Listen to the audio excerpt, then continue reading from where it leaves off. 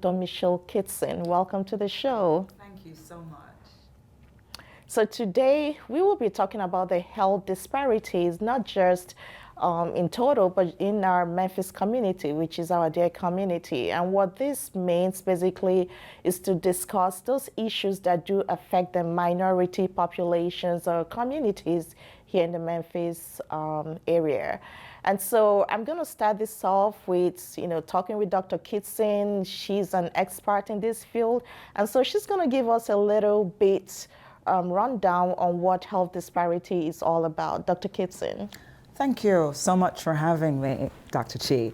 So health disparities are social, economic, educational imbalances that tend to impact health outcomes. It impacts how people interact with the healthcare system, and ultimately can lead to shortening of patients' lifespans, huge economic losses with time missed from work because people are unwell. They're not able to engage in the system when there is no disease, so we can work on the preventive side of things.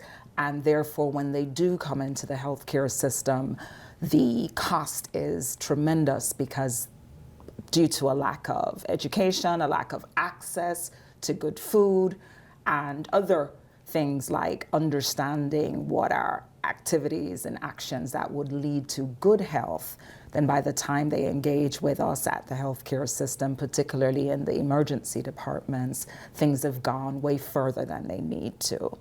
And so with a lot of minority populations within our city of Memphis, there is a lack of access to good food.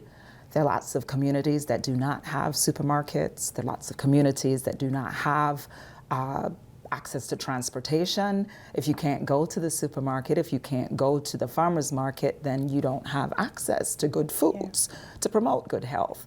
And if you don't have the right nutrition, then that leads to the development oftentimes of chronic medical conditions like high blood pressure and diabetes, which then can lead into end-stage kidney disease, which of course then can drastically reduce the quality of life and the length of life.